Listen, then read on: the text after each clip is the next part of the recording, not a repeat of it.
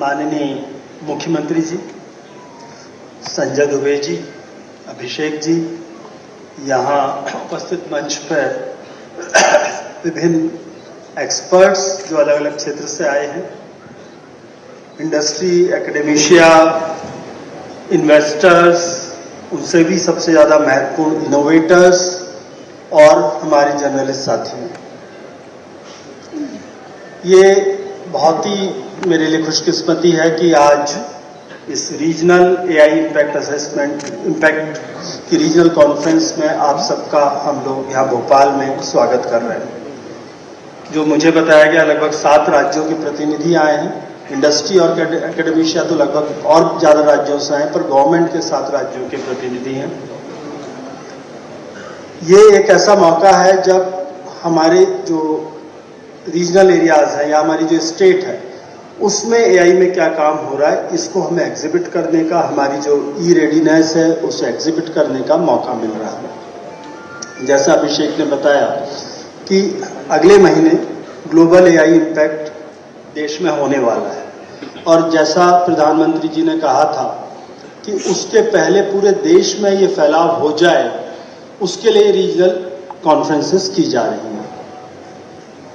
Obviously हमारा सारा का सारा जो वर्क प्लान है वो नेशनल सिस्टम से अलाइंड है, उससे कोई अलग चीज नहीं है। बाहर जो कॉन्फ्रेंस चल रही, वो पिचिंग सेशन भी चल रहा है, और उसके अलावा स्टार्टअप्स के एक एग्जीबिशन भी है।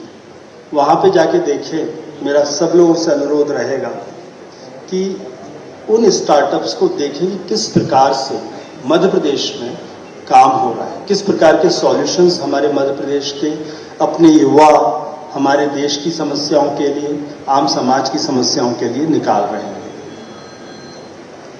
लगभग मतलब यदि 3 भाषणों को लिया जाए तो ये सारी बात एआई से संबंधित मोटी मोटी आ चुकी है।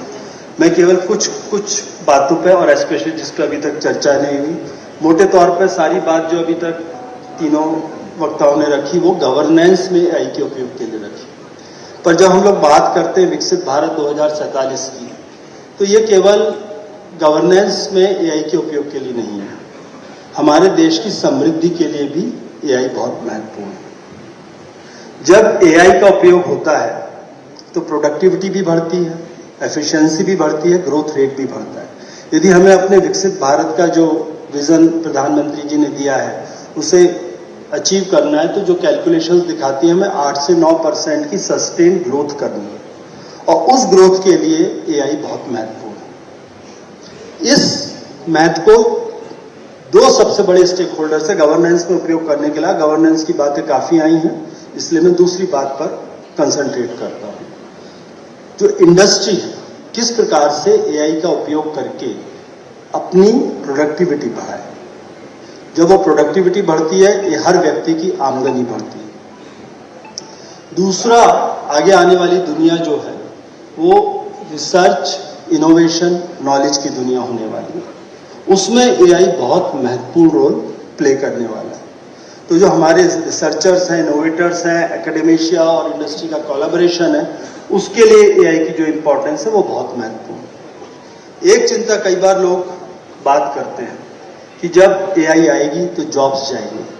याद करिए, जब कंप्यूटराइजेशन का काम शुरू हुआ था तब भी यही बात की गई थी। जब प्रोडक्टिविटी बढ़ती है तो ऐसा नहीं होता जॉब जाते हैं, इसको टेक्निकली बोला जाता है जॉब डिस्प्लेसमेंट। जब एआई आएगी तो उसके साथ नई इंडस्ट्रीज आएंगी, नए जॉब रोल्स डिफाइन होंगे।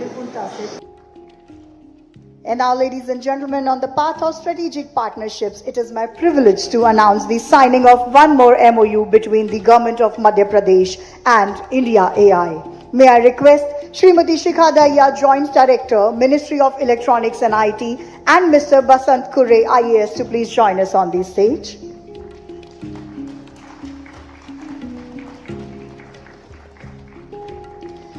Thank you, gentlemen. Thank you, ma'am. To democratize access to high-quality AI education, India AI is setting up 570 data and AI labs in Tier 2 and Tier 3 cities across the country. These labs, including those hosted at NILET, centers and in government, ITIs and polytechnic institutes will provide hands-on exposures to tools, data sets and problem-solving environments. They act as local hubs for innovation, experimentation and collaborative learning. In collaboration with Department of Technical Education, Skill Development and Employment, Government of Madhya Pradesh India AI Mission will be supporting the establishment of 30 data and AI labs across Madhya Pradesh. और अब देवी और सज्जनों, कार्यक्रम में जन सहभागिता का उदाहरण आगे बढ़ाते हैं। जैसा कि आप सभी को विदित है कि हाल ही में 2 प्रतियोगिताओं का आयोजन किया गया है। दोनों ही प्रतियोगिताओं में प्रतिभागियों ने बढ़ चढ़कर हिस्सा लिया। अब समय आ गया है विजेताओं को सम्मानित करने का। देवी और सज्जनों, पहली प्रतियोगिता थी MP इनोटेक, जिसमें 135 प्रतिभागी थे, जिनमें से टॉप 3 को आज यहां चुना गया है। मैं माननीय मुख्यमंत्री महोदय से निवेदन करूंगी कि वे विजेताओं को पुरस्कृत करें।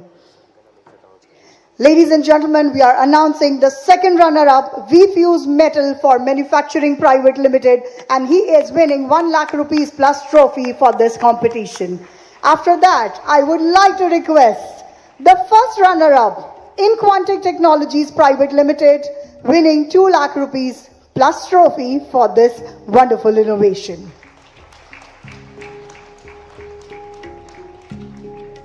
And now, ladies and gentlemen, the winner, Novos Edge Private Limited, winner of 3 lakh rupees plus trophy, Mr. Shashwat Raj.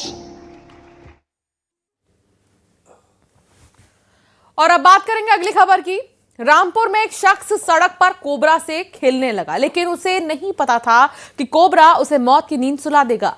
Cobra से मजाक करना उसकी जिंदगी पर भारी पड़ गया। देखिए रिपोर्ट।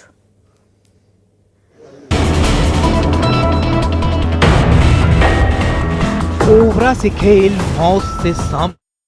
अभिषेक जी, संजय दुबे जी, अमिताभ जी, भरत सोंधी जी, सुनील कुमार जी, आशीष वशिष्ठ जी, सिद्धार्थ चतुर्वेदी जी, रजत जी, अरोड़ा जी, अंशुमन राज जी। तिरुपति बालाजी जब जाते हैं तो तिरुपति बालाजी के दर्शन में लंबी लंबी लाइन लगती है, और लंबी लाइनों में समय पास करने के लिए एक अच्छा नारा लगाते हैं, गोविंदा गोविंदा, खूब आनंद से बोलते हैं। उस गोविंदा गोविंदा के आयोजन में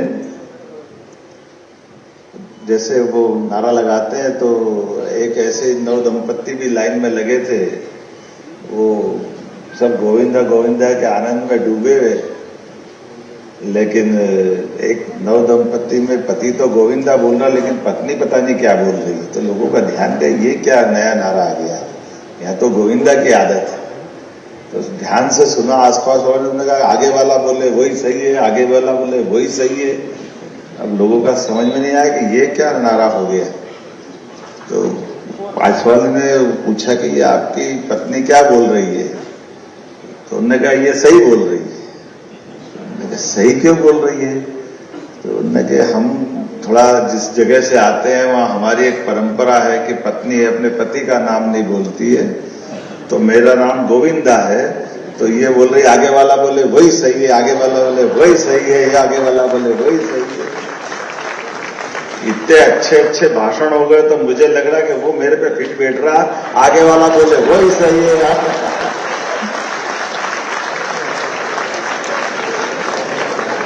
इससे अच्छा भाषण क्या हो सके। सारी बातों का निचोड़ आ गया, मैं भी वही बोलूंगा जो पहले बोल गए। लेकिन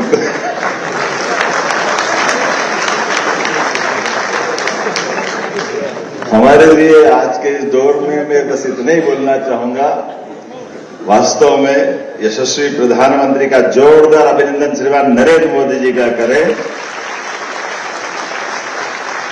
कितने प्रकार से काम कर रहे हैं मोदी जी, कितने प्रकार से सोच भी रहे हैं, और ये हमारे लिए सौभाग्य की बात है। मध्य प्रदेश, भारत, हम तो अगर मैं मध्य प्रदेश की बात करूं तो ये ज्ञान की चर्चा में हमारे लिए भगवान कृष्ण का ज्ञानार्जन करने का सांदीपनी आश्रम का स्थान भी मध्य प्रदेश में है और शंकराचार्य जी का ध्यान का केंद्र भी ओंकारेश्वर मध्य प्रदेश में है। हमारे लिए सौभाग्य की बात, दोनों अद्वितीय महापुरुष, एक 5000 साल पहले, एक 1000 साल पहले, दोनों के अपने बुद्धि, उनकी बुद्धि की भी हमारे यहाँ तो बड़ा मुश्किल है।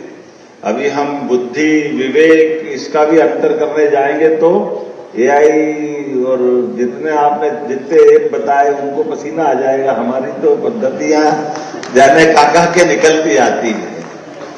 हमारी सारी बुद्धि के 3 प्रकार में मांत्रिक बुद्धि, यांत्रिक बुद्धि, तांत्रिक बुद्धि, अभी मंत्र यंत्र तंत्र में दुनिया उलझी पड़ी है। एक और तंत्र इन सब पे भारी, वो है षड्यंत्र। हमको वो भी आनंद आता, दुनिया उसको कहां से कहां ले जा रही है। ये षड्यंत्रों के आधार पर चलने वाला वर्तमान का दौर अपने अपने संसाधनों के साथ, अपनी बुद्धिमत्ता का मानवीय संपदा के साथ, भावनात्मक भी, रचनात्मक भी, प्रक्रियात्मक भी, सब प्रकार की व्यवस्थाओं में बारीक अंतर करने की तरफ भी आगे बढ़ रहा है। उस बारीक अंतर में हम अपनी मूल प्रकृति को नष्ट नहीं कर ले, उसको भी बचाने की जरूरत है। लेकिन इन संसाधनों के बलबूते पर जो बेहतर से बेहतर हो सकता, वो हमारे ही उदाहरणों से हमको ध्यान में आता है। हम अपने एआई का उपयोग जन कल्याणकारी योजनाओं के लिए करें, सभी विभागों के लिए करें, सभी प्रकार के शासन के, केंद्र शासन के मिलकर के दोनों तरह से जितना बेहतर हो सकता वो करें। एआई के उदाहरण तो इतने अच्छे हैं कि हमको मालूम है भगवान महादेव का परिवार में गणेश जी ने क्या बुद्धिमत्ता का उपयोग किया। पृथ्वी की परिक्रमा कैसे होती है, हमसे अच्छा कौन बता सकता है। ये उदाहरण तो भारत का ही है। भगवान कार्तिकेय ने तो बेचारे ने पता नहीं पूरी पृथ्वी की परिक्रमा करने निकल गए, लेकिन माता पिता की परिक्रमा से भी हो जाती है। ये अपने ही जानते हैं, दुनिया में नहीं जानते कोई और। जितना भारत वाले अपने उस बुद्धि के देवता के माध्यम से गणेश जी की स्थापना के आधार पर जानते हैं। लेकिन मैं अपने राज्य के लिए अगर बात करूंगा तो मध्य प्रदेश सरकार ये मानती है कि आर्टिफिशियल इंटेलिजेंस के लिए तकनीक नहीं बल्कि शासन, उद्योग, समाज, ये सबके लिए परिवर्तनकारी शक्ति है। इसलिए हमारा राज्य एआई नीति भी लाने वाला है और एआई मिशन पे भी काम करेगा, ये मैं आश्वस्त करना चाहता हूं। अपने आज के इस अवसर पर जब हमने अपने जैसे सीएस ने कहा कि स्पेस टेक की पॉलिसी 2 दिन पहले ही हम लेकर के आए हैं सभी प्रकार के नवाचारों के लिए, और हमारे यहाँ तो बड़ी संभावना है। हमारा माइनिंग का सेक्टर भी बहुत बड़ा है, इस माइनिंग के सेक्टर में एआई का बड़ी संभावना है।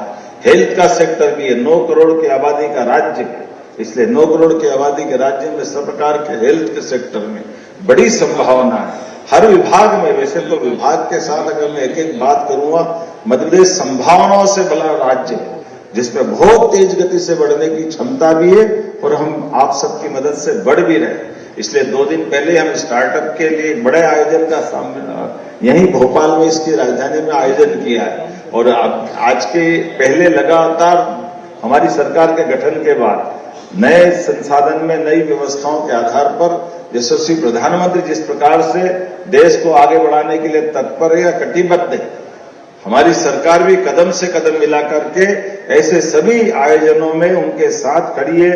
मेरी अपनी ओर से पुनः आप सबका वंदन, अभिनंदन, बहुत बहुत धन्यवाद। भारत माता की जय।